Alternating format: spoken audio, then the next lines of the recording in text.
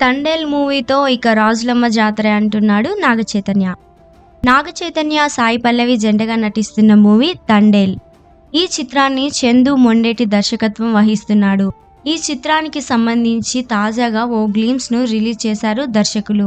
దీంతో అక్కినేని ఫ్యాన్స్ పండుగ చేసుకుంటున్నారు.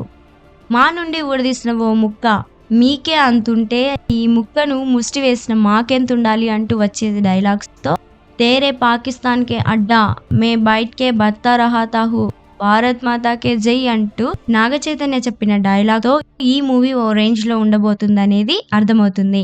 దాదా గుర్తుపెట్టుకో, ఈ పాలి ఏట గురి తప్పేదే లేదే, ఇక రాజులమ్మ జాతరే అంటూ ఉత్తరాంధ్ర యాసలో నాగ చైతన్య చెప్పే డైలాగులు అదుర్స్ అనిపిస్తున్నాయి.